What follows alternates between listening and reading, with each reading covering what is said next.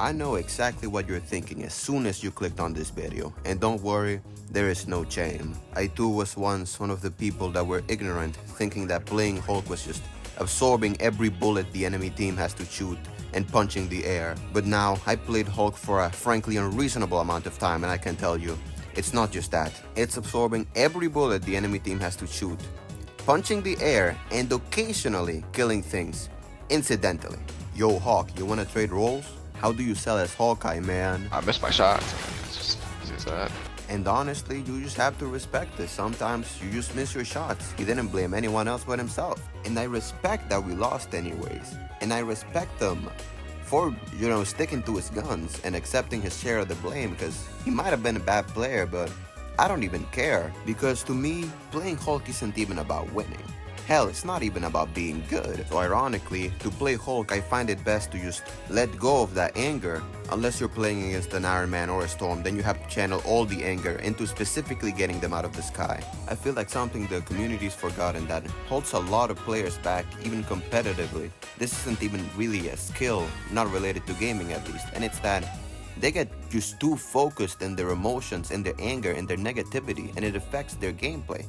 And it makes them absolutely bothersome to even exist around. Like, why are you in quick play telling people to take their own lives seriously? Like, it's a 5-minute match on an online video game. Putting that aside, I used to play a lot of other tanks. I played Strange decently, I played Penny Parker slightly more, and then played a lot of Groot. But then, as I had ignored Hulk for literally the entirety of the first season and then some more, I picked him up just for the meme, just do a couple of random matches, haha, with the bad tank, the one that's bad.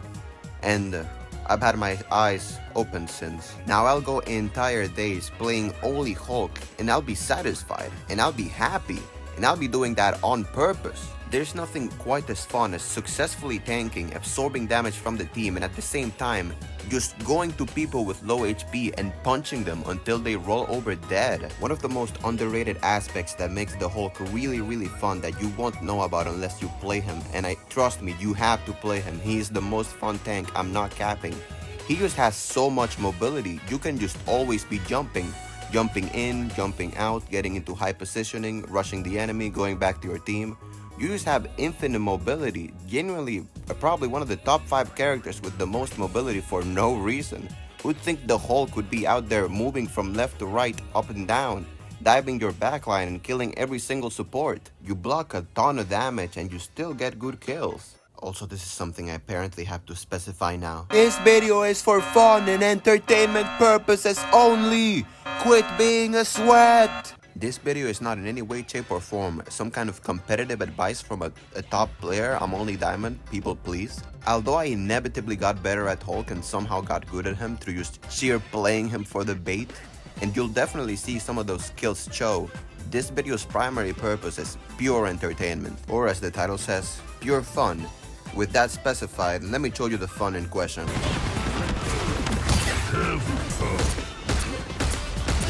When you first start playing Hulk, it may feel like you do no damage, and this is very true, but if people don't pay attention to you or you just consistently keep punching them, just applying that consistent damage, they'll die. This is something that surprises everyone because apparently nobody expects the Hulk to just descend upon you and actually get a kill on you. Neither did I, to be fair, but let me tell you, once you have control of this power, it is something exquisite. Like, why am I up here killing people in their spawn? That's disrespectful. I forced the Adam Warlock to use the revival inside of their spawn. So yeah, this is the main combination of factors that makes Hulk fun. You can jump in and jump out whenever you desire, and you can just get to punch people. Just punch them. There's no further complication. Aiming? Nah. Fist. It can be a bit overwhelming when you first pick him up. It's somewhat of an upward climb, actually. Quite the steep learning curve, I'd say. For a character like the Hulk, that is very surprising. But believe me, it's so worth it. The most fun ability in the Hulk's kit has to be just knocking people down, which is part of his jump, which I already said was the most fun thing ever. But jumping at people up in the air, dragging them down and beating them and they can do nothing about it. It's unspeakable levels of fun. It should be illegal. Look at this poor Doctor Strange. He barely even left the ground and now you already have him on the floor at half HP just punching him. This is the peak of winning and having fun. Who says you have to choose one or the other when you can just play the Hulk. Something I haven't seen anybody talk about when it comes to the Hulk is that the Hulk can kind of just stop every ultimate in the game. No, really. Hulk beat any ultimate.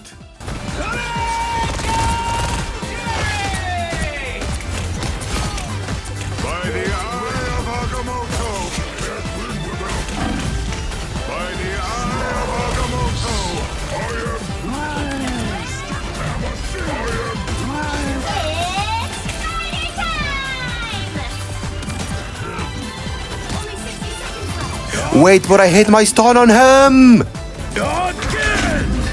Dear Diary, today I learned that the best ultimate in Marvel Rivals, that is to say, the Winter Soldiers, is not susceptible to any kind of crowd control or stun, apparently.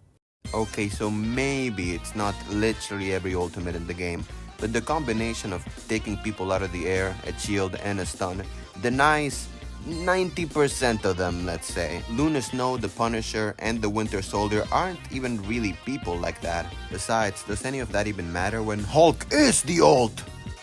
Literally! I swear me and everyone else used to look down upon this ult so much because, oh, it's just Winston Overwatch ult, nothing ever happens.